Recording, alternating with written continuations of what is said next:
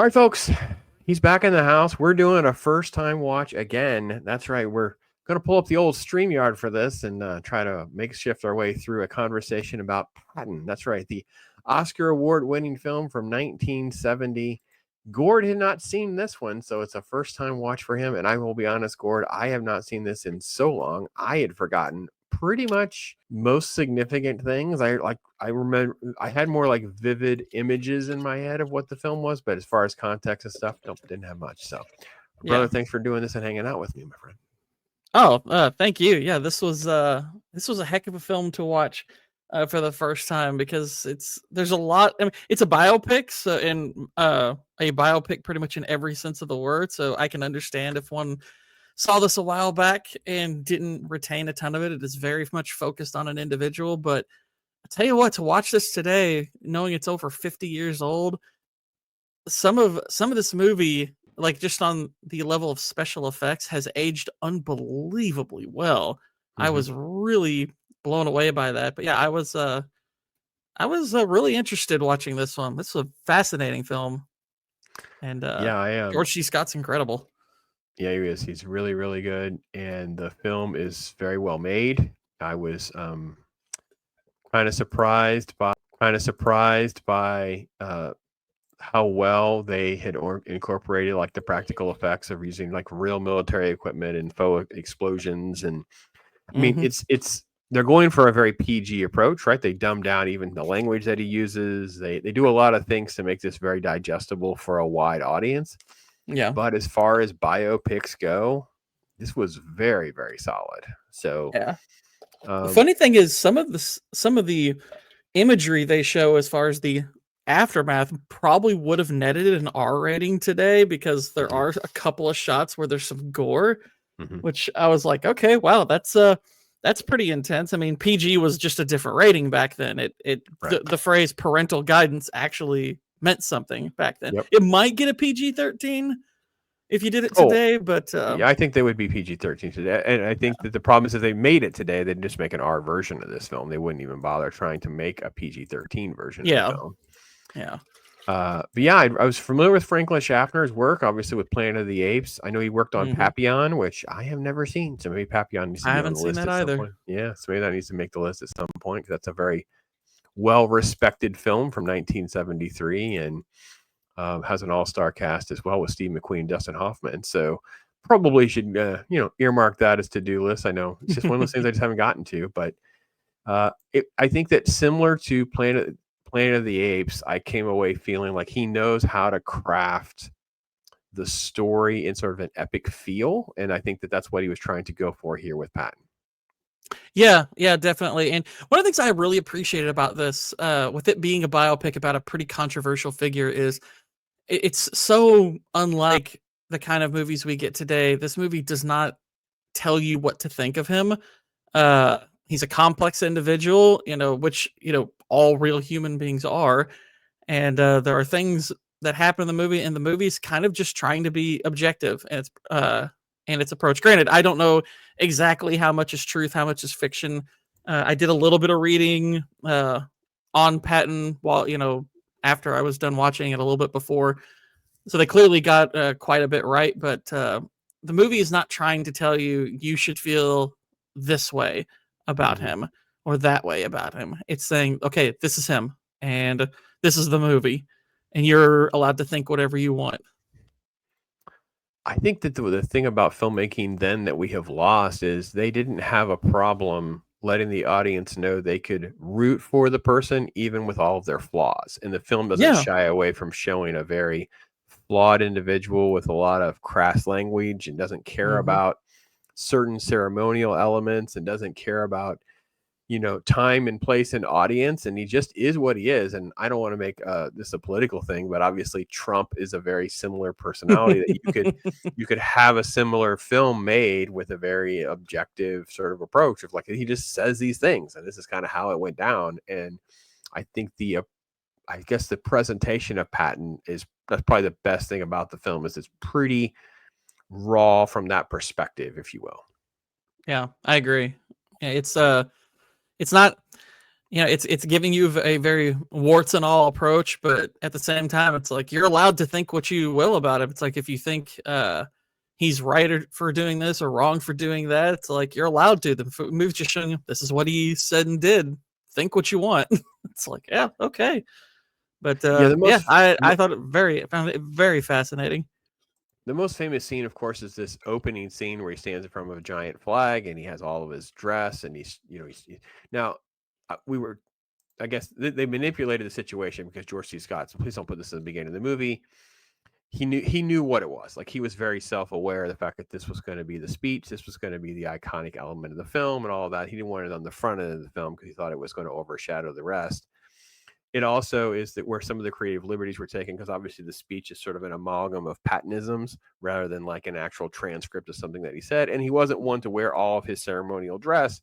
Evidently, the wife had put him up to having this for some photos and things. But I thought that Coppola's script really did a good job of trying to trying to convey something that is so grand and patriotic for its time, especially in a sort of like, I guess we're in like post Vietnam. We're in that sort of like things are rough for America right now, right? So Mm-hmm. this pro rah rah WW2 figure, I think Coppola did such a great job of trying to give you something that people could root for. Yeah, and what's what I think is interesting about that is, the Vietnam War was still going when this movie, when this movie came out, and his approach, particularly in one rather famous, famous scene, I would assume it's definitely a famous moment from Patton's life, where he's accosting a young soldier. I would be very curious how that would have gone down with like people who had fought in Vietnam. His approach to the way like that person was dealing with the trauma of war. I'd be very curious how that went down with them because it's something that apparently didn't go down with people well back then. Got him into some trouble, but yeah, it's weird because I like that. One of the things I really liked about that moment is even though I was aware that caused some controversy, but the movie is not setting it up as though this is a significant moment. They're not trying to, clue you in on this is going to be a big moment that we're going to come back to. You're just kind of watching it unfold, and then there's fallout. It's not like trying to hold your hand with like music or shooting it a very specific way so it's significant. This is it's very much just showing it objectively, and then you see after the fact that there's fallout from it. I'm like, okay, cool. I like that style of filmmaking a lot. I like that it's just kind of showing you something without telling you this will play off. This will, have more to it as the film goes on. I kind of miss that approach. I think we hold the audience's hand way too much nowadays. Man, I couldn't agree more. I couldn't agree more. I think this was, and again, we talk a lot about this on my other show, the Talk Hard show, and I'm such a firm believer of this that sometimes it's lightning in a bottle. Mm-hmm. So Francis Ford Coppola had this, and they basically didn't fire him per se, but they just kind of tossed the script aside and went to someone else, right? They were going to keep working on it. Mm-hmm. But when George C. Scott was kind of brought in, it was Coppola's script that was what got him in. So he's like, no, I'm going to do this, but you're going to use Coppola's version. That's the one I want. And that's got this big opening scene in front of the flag in it. So it's funny how quickly the studio could have made we're moving on. Like they didn't recognize what this could have been, the iconic element that it become. And kind of like, very little about the movie is talked about or remembered on scale beyond this sequence. Just to be, I don't know about you, but I know when we talked about like this era of 1970 to 1973, I was kind of bashing most movies that I'm not sure what's on the radar screen historically other than like the Godfather films. And this is one that we kind of plucked off of there because it was so successful Oscar wise. Did you have much else on the radar screen you thought about Patton or what people told you about how you should see it and why or anything like that?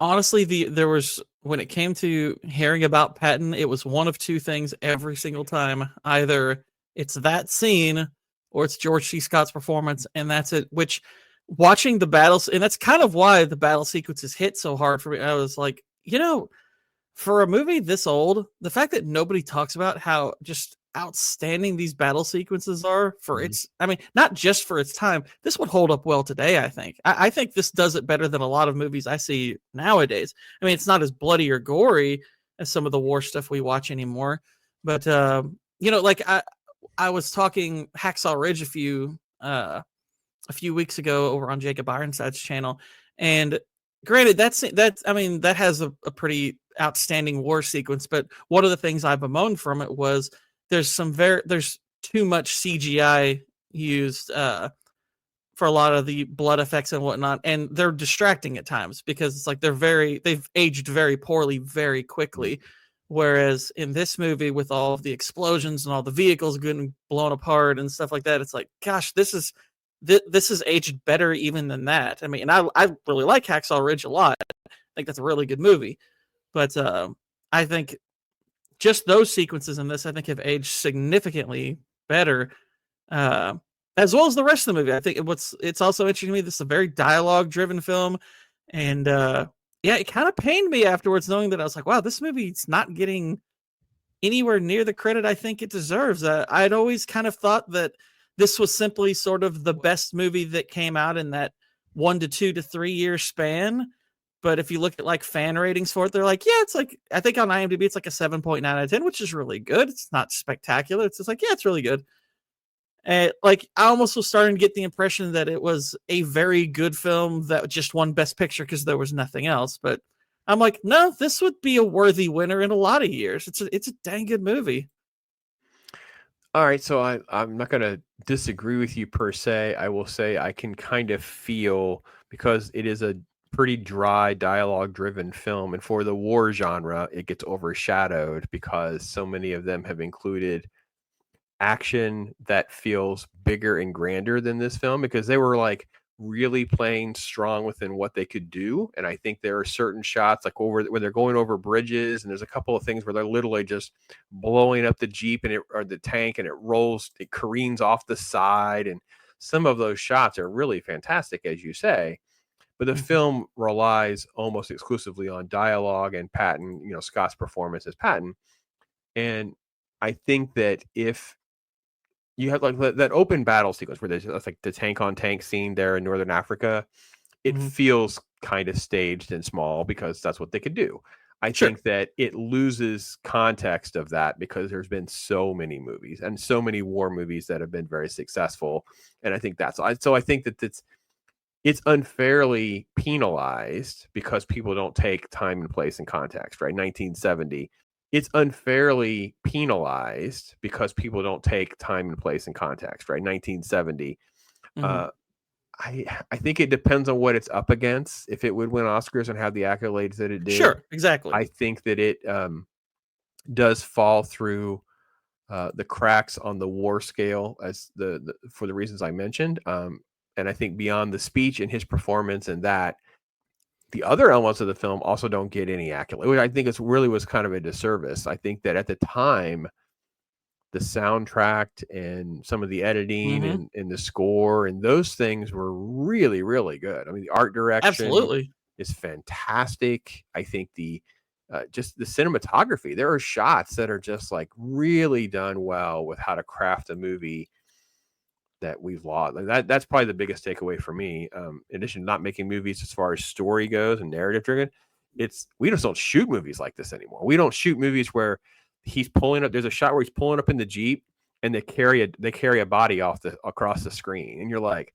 that is a brilliant shot. Yeah. That is a traumatic shot of he's driving into a scene full of dead bodies without showing you this, CGI enhanced field of dead bodies. You know what I mean? And we get some of those shots at the end of the movie, which are just, like you said, they're intense. One movie that kind of popped into my head, and I guess because I watched it fairly recently, that I was semi-comparing this to, because it's almost kind of the opposite of this. Because to me, it's like sort of probably the reason that as far as war movies goes, this one does fall through the cracks is because you could argue it has pacing issues. It's 3 hours and maybe it didn't need to be that long. So there's pretty big spaces between like battle scenes and whatnot. But it is a more character focused movie than it is a battle focused movie. Dunkirk is a movie that I started to mentally kind of compare it to, because that's sort of the opposite. That's a very war focused movie with no character focus. And that, granted, that one didn't win Best Picture either. It did get nominated. It had extremely high praise. I know it was a Best Picture favorite for a while, until whatever else came along that beat it. But I was like, this is something I think is far more preferable because it does have actual character work done. Uh, yes, it's very much almost singularly focused on General Patton, though there are other people in this who I think have some really interesting roles. I actually oddly thought the scenes with the Germans were some of the most interesting ones. I actually really was enjoying the scenes with the Germans and watching them kind of slowly but surely realize, you could almost see him kind of getting mythologized amongst them, because they were like, at first they were like, Oh, another arrogant American general. They had very little respect for military command from the U.S. and whatnot, and then just more and more they're like, gosh, this Patton guy, he's right, kind of right. he's kind of scary. Well, I think it But was also great because I think that this would have been key to understanding why he was used as the decoy ahead of Normandy. Like on paper, some of the stories of there's a whole fake unit and a fake situation, it's like it didn't make a lot of sense because it's not something that's talked a lot about D-Day and Normandy and all of that. And where was Patton isn't really brought up in a lot of conversations. And I think that this film kind of really gives you enough of, and they did use Carl Malden plays Omar Bradley, who is just phenomenal as well in this role, and his book was used as sort of some of the backstory and inspiration for the film. His biographical account of some persuasion. I haven't read it or anything, and I think that lends itself to understanding this German conflict for them. Like they just, mhm. I really couldn't agree more that I really enjoyed that. I also enjoyed the fact that it felt real. I don't know Yeah. how to explain that. If you felt like these are people speaking German, you were in a German environment with a German. I mean, you feel like the research had been done to try to present something that's pretty close to what we can interpret. I don't know what sources they pulled from, but I'm assuming they did some heavy legwork. Coppola was known for that, so it's not like Coppola was out there willy nilly, putting things together for whatever his screenplay part and contribution was. So I could see him deep diving into, what the tables would look like and who would be in the room and how these things would operate. So I loved all of that as well, and I think that if you have been a fan of World War II movies and you haven't seen Patton, it's a great addition to other films that are action driven. Dunkirk as well, who basically has a bunch of faceless characters that are caught up in this conflict with, um, and I don't hate on Dunkirk. I think you like it less than I do. I think it didn't hold up as well for me in my rewatches. I know initially I loved it. I And mean, then, I do like yeah. Dunkirk. It's just I mean, I like the theatrical experience for Dunkirk is really, really good, because it's Hmm. the point. I think the point of making it kind of a characterless movie is it's an attempt at immersing you, Hmm. uh, and that works in the theater. So as a theater experience, Dunkirk was really, really strong. Yep. Bringing it home, it does take some of the luster off, and Yes. even if you watched it, I think multiple times in theaters, I think that effect would start to occur, because at a certain point, you're like, I would like to get behind some of these people and get to know them a little bit. Uh, I didn't What? mind like the jumping back and forth in time. That was no bother for me. Mm. I'm used to that with Nolan, but I would have liked more character from that film. So I came away from it just thinking on rewatch, I was like, it's good. It's a good movie. It's just, I don't know if I could ever call it great, because there's nobody you remember from this. And that makes it more difficult to even remember some of the events, because you're not connecting it with a character or, any individuals. Uh, I want to add to that too because I felt like with Dunkirk, the time jumping was jarring in the theater. Like there's a shot where they cut to Killian Murphy and it's dark, and I'm like, I don't understand what happened. Like it was a jarring. There's a jarring edit that happens in that moment. I know which one you're talking about. Yeah. And I've always said of Nolan's films, it's the one that I would love to see a nonlinear, would love to see a linear version of. Because I don't feel like it benefited from nonlinear storytelling as well as some It of his other didn't. films do. And I think he did it out of that's how he does things. And it didn't really work for me because there wasn't any sort of like revelation or twist element that benefits that story. And on a similar note, but a completely different note with Patton, I wish, because at the end of near the latter half of the movie, they kept having newsreels and timestamps to kind of give you an idea of where we are in the timeline of things. That Mhm. would have really been beneficial a lot more in the first half of this film. You know what I Yeah. mean? There Yeah. are there are things that are happening in Africa and things that have changed, and you're like, if I wasn't at home able to kind of keep looking a couple things up to understand, I don't want to say fact checking, but kind of get my finger on the pulse of what's going on. I was you would have lost me more. I would have gained more had I been able to understand, this had happened or that had happened. It's been, 6 months for this and 3 months for that. And I think that would have been a little better served in the latter half and compared to the I first half. agree. Yeah. Look at the beautiful shot though. I mean, they really went Oh, all out. And there was a ton of tanks. Holy crapola, man. that I was I don't know if you counting noticed tanks the that whole time. Yeah. that part where the tank, it might even be this one because it looks like the tank, or the tank like rolls over that Yes. guy, Yeah. and I was like, I'm guessing that's a stunt because he survives it and 100%. whatnot. But Well, I was like, he does get up and move. So if you that watch the was shot, terrifying. I I was had like, I whoa. I had to rewind it because he moves, and it had to be like, holy crap! I actually that pulled that off. Like, I mean, it literally is an amazing shot, though. Yeah.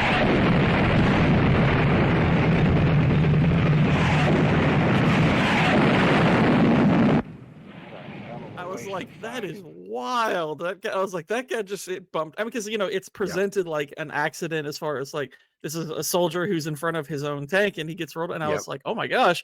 And you're fully seeing it. And I was like, oh wow. So that was a stunt. That's kind of crazy. I would have been scared to death to do that. yeah. I know. Holy I cow. cannot.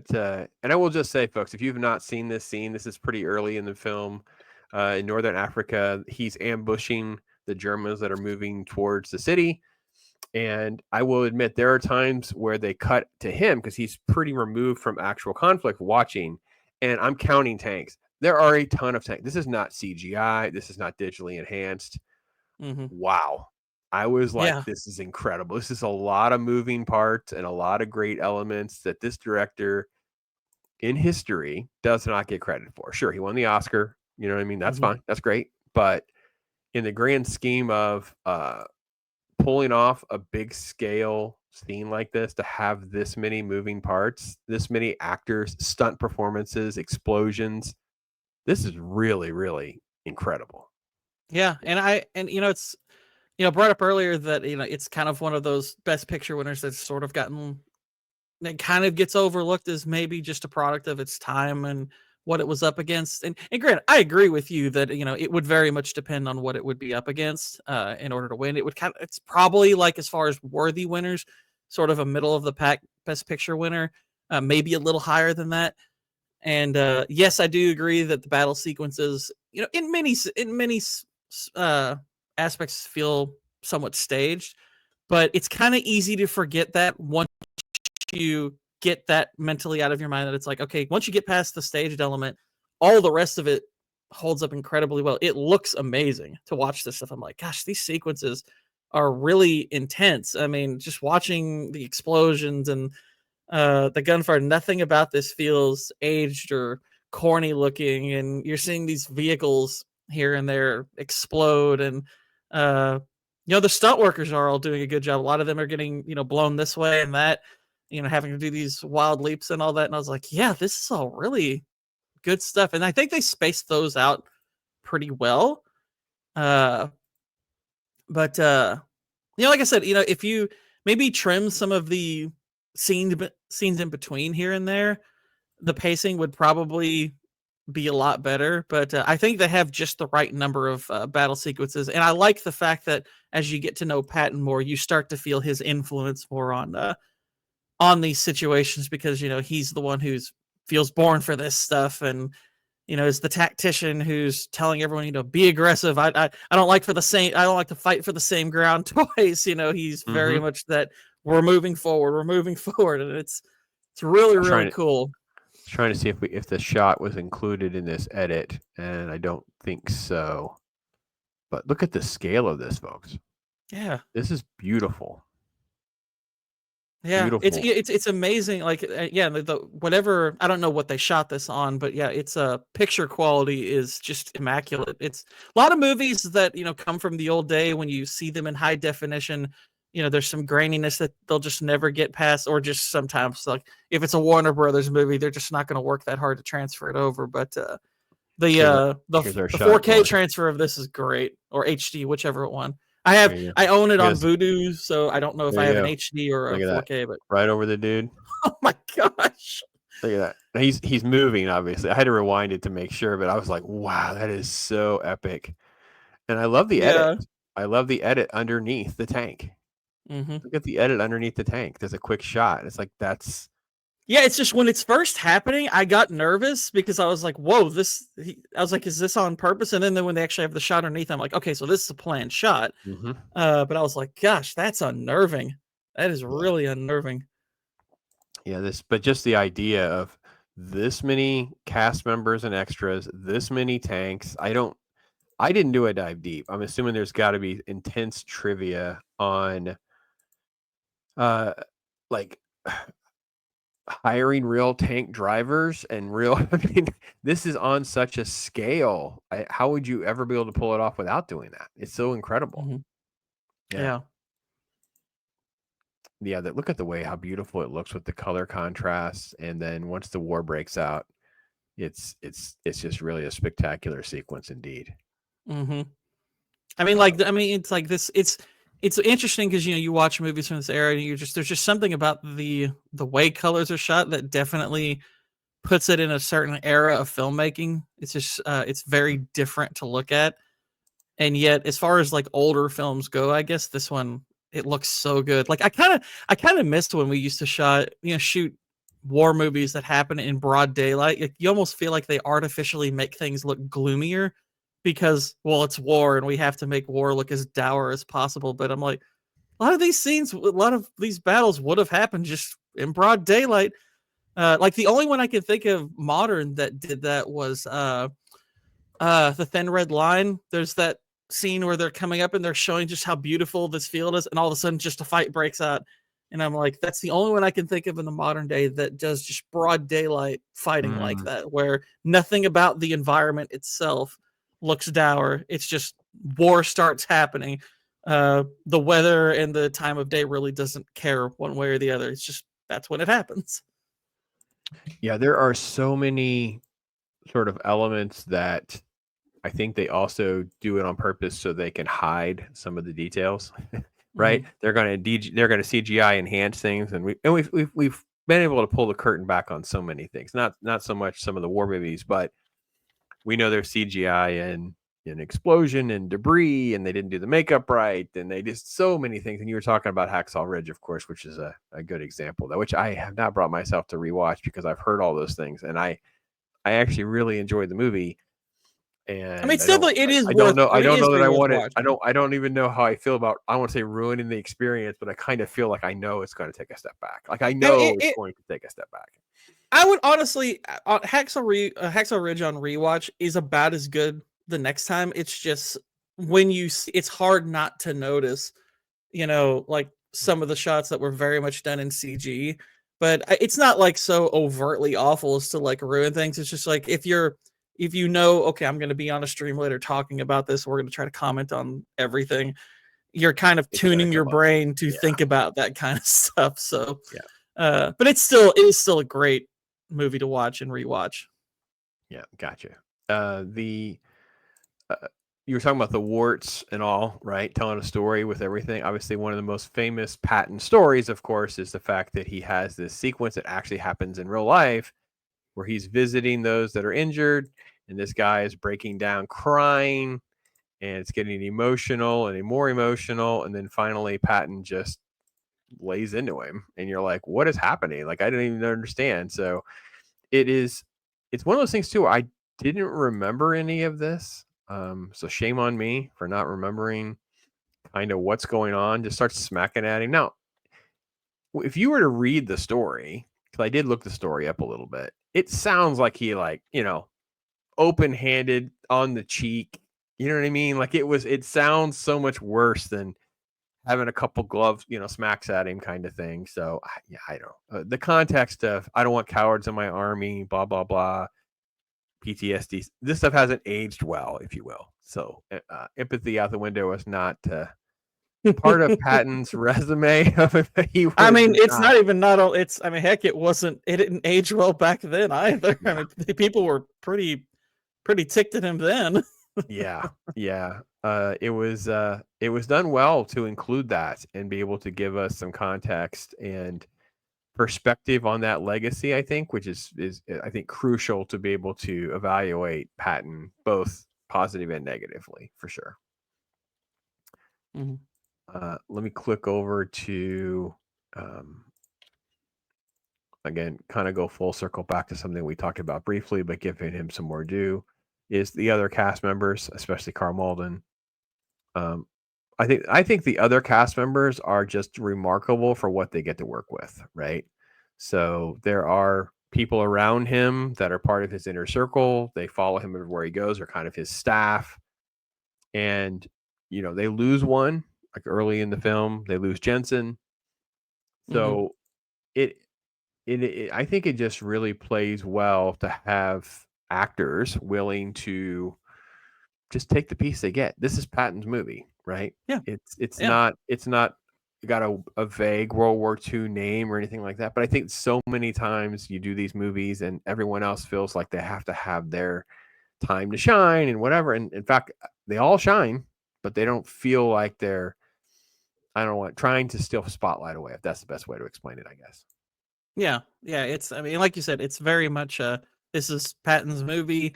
This is who we're gonna center on. Everyone else is very much just kind of on the side. They are supporting characters in every sense of the word. But I think for this it works. For it to be this singularly focused. I think in many ways enhances what George C. Scott did performance wise, which is kind of amazing when reading about him. That he like aside from not accepting the Oscar because he didn't like the idea of being in competition with fellow actors, he apparently didn't believe in the notion of you can't really compare one performance to the other. He thought all that was silly, but he in many ways didn't like his own performance in this. And Mhm. I know he pushed for there's apparently some kind of made for TV sequel to this Yeah, that the he last very days of strongly Patton. pushed. Yeah, that Mhm. he very strongly pushed for that reason alone.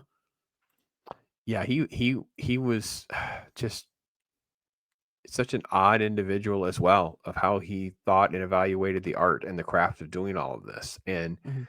I'm not a huge person that knows much about George. I mean, I know he did a great version of Scrooge, the Christmas Carol type adaptation. He did Doctor Strangelove and this Which and he's beyond that. hilarious in Doctor Yeah, Strange. I and He's my beyond favorite thing about that movie. and beyond that, I'm not sure I know. There's nothing else that's sort of like clinging to the top of my list. You know what I mean? I don't know what The the other yeah. one that I know him from is he's the other attorney in Anatomy of a Murder, which I that's a great movie. I love that movie. That has a really interesting kind of moral ambiguity. I'd like to rewatch it again just to see which I prefer between that and 12 Angry Men because like I do love 12 Angry Men, but the only part that bothers me about that movie is I don't think they actually achieved reasonable doubt. I think they are selling the idea of reasonable doubt and that's fine. I like what they're going for. But I think Anatomy of a Murder has a much more interesting question to ask, which is applying the legal standard even with an individual that you just don't like. Like there's really no hero in that movie. It's Mm. just look, it's application of the law. You don't doesn't matter if you like the person under accusation or not. They are entitled to a fair trial and even if they're unsavory in other ways, still got to prove they're guilty. But I know George C. Scott is the prosecuting attorney in that, I think, but he's great in that. You'll have to remind me of that. We'll put that on the radar screen sometime later this year or something like that, because that's something that I saw way long. Again, it's going to be just like this one. It's going to be so long ago. I'm only going to remember vague imagery of it all, not the movie itself. It's just not something I've watched. So yeah, I'd love to. It's almost like it's like a first watch for me. I know I've seen it, but it's been so long. So Well, and what's also yeah, what always interests me about that is like I mean I for a while I wondered if they were directed by the same guy, but yeah, it's an interesting thing to watch side by side with Sidney Lumet's movie. Yeah, okay. love Uh, it. Another great element, I think, of the film, and again, this is not going to come as a surprise based on how we've already talked about this movie, folks. But if you were a fan of the stagecraft and costuming and the immersion of the culture and the time capsule element, this movie is brilliantly done. We bounce Mm-hmm. around the world with different celebrations. We have ceremonies that are in his honor or in gratitude of America writ large. This film just takes you on that journey and very, very believable. I don't know what I we don't get some, you know how they do it now where they like have to pat themselves on the back by showing you like the real life photo and what their adapted photo is side by side at the end of movies. I feel like if I look these up, I'm going to not only get that, I'm going to get the like excruciating detail. We're going to get. Mm-hmm. That's how I feel like movies were made back then with such excruciating detail. We didn't have to tell the audience we looked it up; they just know we Yeah. did. You know what I mean? So I loved all that. I mean, there's times Oh where, yeah. yeah, yeah, yeah. Well, because I mean, and what's funny is like for us, what was it? I should have. Well, like the one thing I noticed like at first was when you go like this guy. I'm pretty sure this is a white actor, which I'm pretty sure Mm-hmm. he's supposed to be Tunisian. But so I thought that was kind of funny, and it's the only moment of the movie that sort of takes me out of it a little bit. But at the same time, then when you get to the Germans, that's one thing I really appreciate about them speaking German was I felt like it's kind of a contrast to this scene where you're seeing all these white guys dressed as Tunisians. I was like, that's kind of funny. So it's of its time. It's easy enough to forgive, but it does take me out a little bit. But then when you get to the Germans and they are properly speaking German and uh, very much coming off like Germans and everything. I'm like, okay, so the rest of the movie it doesn't have that issue, so that was good. Agreed. Agreed. Um, let's see. One point of trivia. Let's go ahead and go back to that shot. They have a shot of it real quick. And we'll pull that up. They actually used his actual guns. Yeah, Yeah, those are that's actually his. wild. Yeah, I guess were loaned out from the families, and yeah, there you go. So that was kind of cool. I just found that in the little trivia bucket, made a little note of that because I was like, there's a quick little line in it about ivory and stuff in the film about his guns. So they were obviously talked about at the time, so it was important to include them and a reference to them. I think that was super cool. Yeah, wasn't it that he like somebody at first suggested they were pearl and he got offended? Yes, Like he's like 100%. pearl. He's like these are ivory. Thank you very much. That was funny. And again, I didn't do context and stuff, but the film just gives you an immersion into uh, I just and we don't even see it. We don't even see him training. He has these lines where it's like, "No, I train these men. They'll be all right. They don't need Yeah, rest. They don't need food. We're going to do the impossible. We're good. We got it. We know it's snowing. We know there's elements. Yeah, yeah, we're fine." And they take you on this journey where you're looking at these scenes and you're like, this is crazy. And also a great contrast to, as you said, the dark, dreary, Saving Private Ryan's and other films that are getting really, really into the muckety muck and horror. This one just hmm kind of paints just a hopelessness around things, and then he's leading his men to overcome that time and time again. yeah. Like I think it's interesting because watching having watched Band of Brothers a couple of times was interesting. It how it kind of informed this part because, or at least the parts there where he's talking about how like they're you got soldiers, you got like the 101st Airborne, they're caught in Bastogne right now, and that's who we're going to relieve. And I was like, oh, okay, yeah, I know that. I know a bit about that battle, having watched Band of Brothers, and so I kind of have that going in the back of my mind and talking about who his men are going in to relieve. It's like, gosh, they've been fighting all this time. Are you sure you can do that? Them going in without any arrests? And he was like, I have no doubt they'll go and fight me. He's like, do they really love you that much? He's like, no, they don't at all. But uh, But they're he's trained to like, do but this. but Yeah, they're trained to do this. They're good soldiers. yeah. But yeah, Uh, I love that we it's we dang we good. do include Willie and we talk about Willie. So there was a great he has a great sort of comedic moment with the dog, which was included, which is funny. I enjoyed that. I think if you even go to the Wikipedia page, I don't have it pulled up, but I think when I looked at Wikipedia, there's even a picture of Willie. So Mhm. that's kind of cool. I also thought it was really funny. It's like And he's at first like acting like, oh, he's like, this is William the Conqueror and stuff, and then he gets scared of like a little dog. He's like, you're not William, you're a Willie. Like, Yeah. it's General, he's basically going like to, the dog. he'll eat that little foo-foo dog, he'll eat that little Pekingese or whatever it was. And knowing what you know about Patton at this point, like his whole attitude towards cowardice, it's just like, wow. For a second, I was like, he's not going to kill that dog. I was worried that he was going to. I was worried. I couldn't remember the scene, and I couldn't remember. Does he let the dog off the leash to eat this dog? Like I didn't even know what to handle at this point. But yeah, it was great. It's great. And again, you get sort of like everything with this movie. Again, more beautiful shots, beautiful cinematography and locations. And then again, more on the battle scene. This is near the end of the film where it gets a lot more gritty, a little more raw.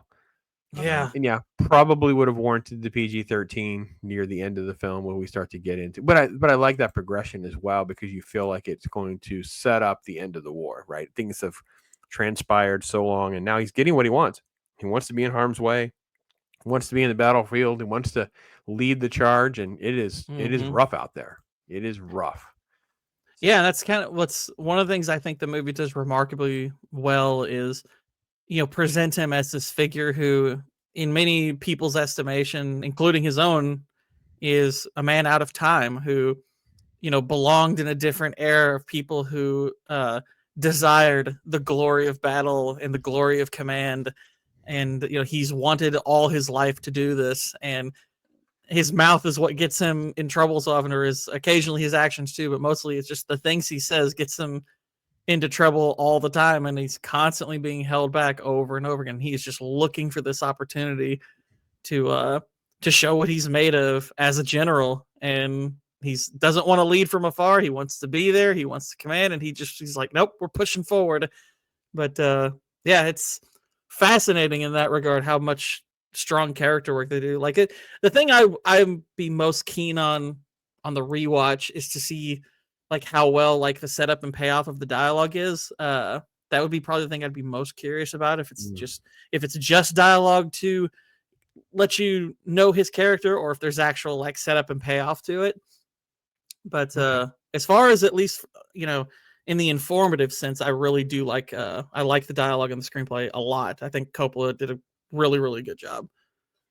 Yeah, I think he saves it for me at the end of the movie, because he's obviously been put as a subordinate under Omar Bradley at this point later in the film, and he actually owns all that. He starts to go, oh, my mouth's going to get me in trouble. I got to stop talking. And he's kind of trying to realize where politics begins and ends and how it's impacting his life and his opportunities, and then trying to be respectful of, he calls him Brad, of Omar Bradley, and how to move forward. Because Bradley's been honest with him. He said, listen, I don't know how you're going to take this, but I didn't want you here at all.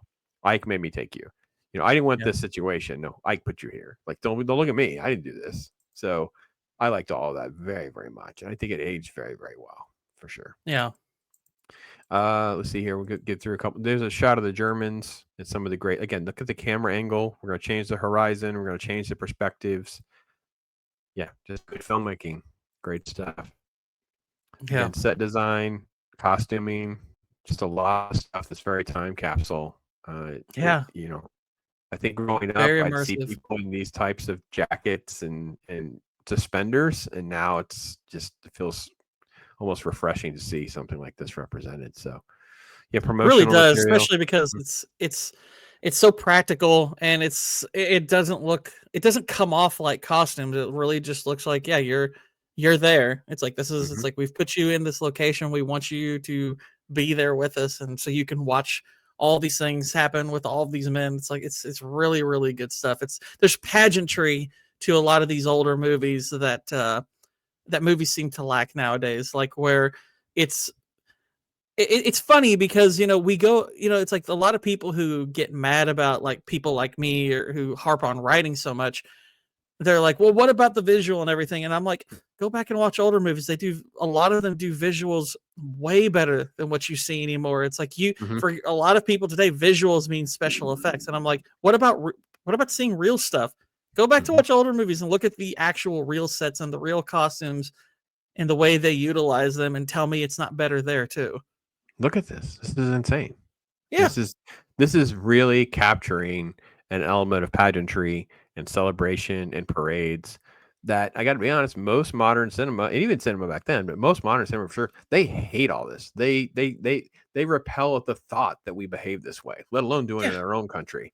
The fact that this is what we did and it's captured in this film, I think, is what was part of what made this great of kind of stoking some of those patriotic fires that people needed for sure. Yeah. I mean, if you take the text out of that top left part, I mean, that's a Oh yeah, this painting basically. It looks yeah, like a these are painting. yeah, these are like promotional photos. Yeah. Here's another one with the aerial shot with the planes coming in, attacking all the tanks on the ground. Again, the choreography, the trying to pull all this off, just phenomenal. Mm-hmm. Like on location, in the snow, filming over the person. Mm-hmm. Yep. Just really look at the camera angles on the ground. Just Yeah. really, really cool stuff. Yeah, I love it. I love it. It's such good stuff. But Yeah. yeah, it kind of saddens me that I don't hear this movie talked about as much as I feel like it should. Because I'm like, yeah, okay, I get it.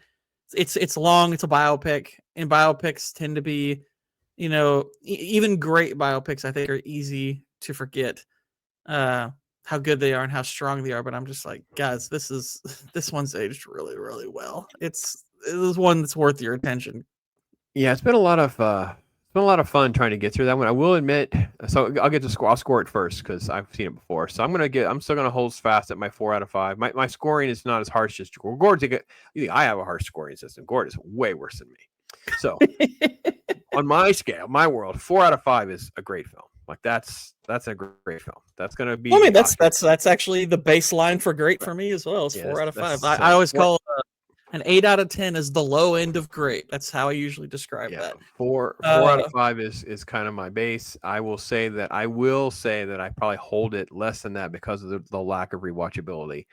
A mhm. 3 hour dramatic biopic that has a lot of dry elements to it tends to not be something that I would rewatch regularly. But when I do rewatch it, I would admit that I am incredibly immersed into the things that I really love. Besides the fact that I know that I have just a great story and a great performance to work off of, I have beautiful real life sets and set pieces and costuming and performance and cinematography and effects and a crazy tank stunt. And I get all the things I want to immerse myself into a great experience. And I have to be honest, this would be one that I would say, Gord, Mrs. is not going to go with me, but if they did like an anniversary screening for Fathom Events or something, I would consider trying to see this in a theater to try to get that theatrical experience for a film like Mhm. this. I would too. I really would too. Yeah, uh I was really impressed with this one. I was kind of expecting this to be the type of movie that I liked, didn't love, that I appreciated for its craft more than really had a good amount of enjoyment to it. Because I had to kind of sparse out my watch because it was so long and I was doing so much editing yesterday. So I actually didn't finish this until this morning. But thankfully, there is that intermission. So there's that kind of natural break. But I really enjoyed this. I am keen to rewatch it, even though I do tend to agree with you. There's probably not a ton of rewatchability with this film. Uh, but I think it's got an excellent screenplay. I think it's performed immaculately. Set and costume design, the staging of the battle sequences, all of that. It's all of that is pretty excellent. So it's kind of unlike Dunkirk, which lost something on rewatch. I kind of feel like this one, at worst, my score would stay the same. I don't see this losing anything on rewatch because it is well written, which to me that's the backbone you need for at least a really good movie. But this one I think does cross the great threshold. So I know my actual score on first watch was like an 8.25, but yeah, 8 out of 10 if we want to get more uh round up, round down. But yeah, it's easily at the minimum like an 8 out of 10 for me. Yeah. Yeah. I think that's kind of where I'm at. I think it was a good solid experience. And I think that there's a few gems to scribe down. I'm down the rabbit hole on this between 1970 and 1974 for a lot of different reasons. I guess 76 because I watched Future World because we did Westworld over on Talk Hard this here recently. So I've been watching sort of like 70s sci-fi and this era that predates Star Wars. I've been down that rabbit hole as well. So it is interesting to kind of scratch at an era that other than The Godfathers, there's not a lot of like the super elite films that everybody has on like the best of all time type list. There's a few. I'm not trying to say it's completely void. But when you consider you're talking about, let's say a 5-year window before you get to Jaws, just go 70, 70. It's like it's not like we're having a lot of conversations about these. And I kind of went into this. I wonder what's been forgotten. What is it we're not talking about? Yes, there is Blazing Saddles and there is The Sting and there are some, but you have to kind of scratch because most of the time people are not holding those to the standard they deserve. And Patton is definitely one that fell through the cracks. And I'm glad we could highlight it. And I'm glad we were able to show it to you, Gord, get you exposed to Oh it for the yeah, first time. this has been one of those on my amongst the movies I own that I haven't watched yet, and it's kind of always been at the forefront of the ones I need to see because I do have friends that have talked about it. I've got one friend in particular that was always like, "Dude, you got to watch Patton. Patton's amazing."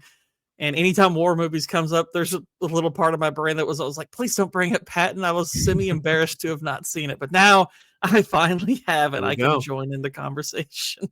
That's great. That's awesome.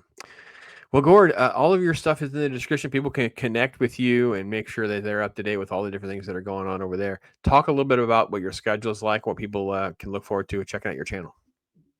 If you head over to my channel now, I just recently uploaded a video where I did a mini breakdown of the new Captain America movie, which is not very good. And actually today, as of the day of this recording, I am putting out my Aladdin Poorly Explained video later tonight, so that'll be a lot of fun. And this actually, I'll be working on some more serious, more like earnest movie videos moving forward. But also, I stream on MMM over on Cannoli Sasquatch channel, and I do gaming streams here and there. So you can find me that way. But yeah, that is what I have coming up. We've done a few of these now, folks. I think this is our 4th one, so I think that kind of warrants having its own playlist. So I think you can look forward to over my channel that we'll start having the first time watching playlist, which will be with Gord. I don't think I'm going to throw all the other first time watchings on there, but it'll just be me and Gord hanging out doing this at least once a month, probably twice a month. Hopefully we can get our schedule back and be doing twice a month. Our next 2 films are going to be Scott Pilgrim and Mary Poppins. There you go, folks. So a couple of films that are, I don't know, I don't want to say big name, or at least people talk about regularly, so everyone has seen them. I have not seen Scott Pilgrim, and Gord has never seen Mary Poppins. So there we go. Correct. But no, Gord, it's been a blessing to be able to hang with you. Oh, you know what? We didn't talk about his religion. And we didn't talk about 2 things. I'll squeeze it in really quick. Sorry, folks. He has a great sort of like World War II era perspective on faith, which is kind of how I remember my grandfather and some of my other family members. It was like they were Bible thumping, believing, church going men, but they were raw and gritty and rough and tumble at the same time. Yeah, very much. I mean, he was very much very much kind of a man's man, very tough, vulgar and whatnot. Funny thing is what I read about Patton was part of the reason he was vulgar in his speeches because his actual voice was kind of higher pitched. So in order to kind of come off tougher and more memorable, he just decided, well, I'm going to be more vulgar. Like, as great as the speeches at the beginning scene, it's not as vulgar as the real speech. I read it. No. I was like, there's like, it's not. What's funny is what we would call profanity laden today that's nothing. I mean, back then I was like, that's. I mean, it's R-rated, his speech, but I've seen movies that do way worse than that anymore. Oh my gosh, but, there are TV shows that are just like Yeah. every other. Well, there are movies where I'm like every other word. It's just I can't. The other thing too I thought was interesting was, and the movie doesn't go there, but you do have an allusion to it at the very end. It's of a man of this caliber with this kind of resume and being a war hero and all things he does. He comes home and it's an accident, a car accident that ultimately does him in. And it was such a sad, tragic story. And I don't think about it obviously much, but with watching this movie, I wanted to get your take on that too. Like, isn't it kind of a It sad? is. Yeah.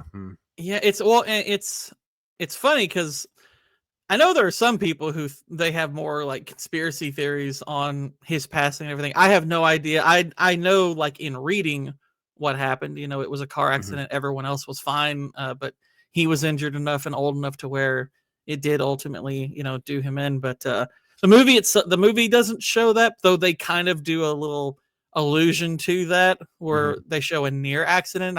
I'm guessing they didn't want to end on that sad of a note. But yeah, it's I think his one of the things he's last known for saying in the hospital was, "This is a hell of a way to die."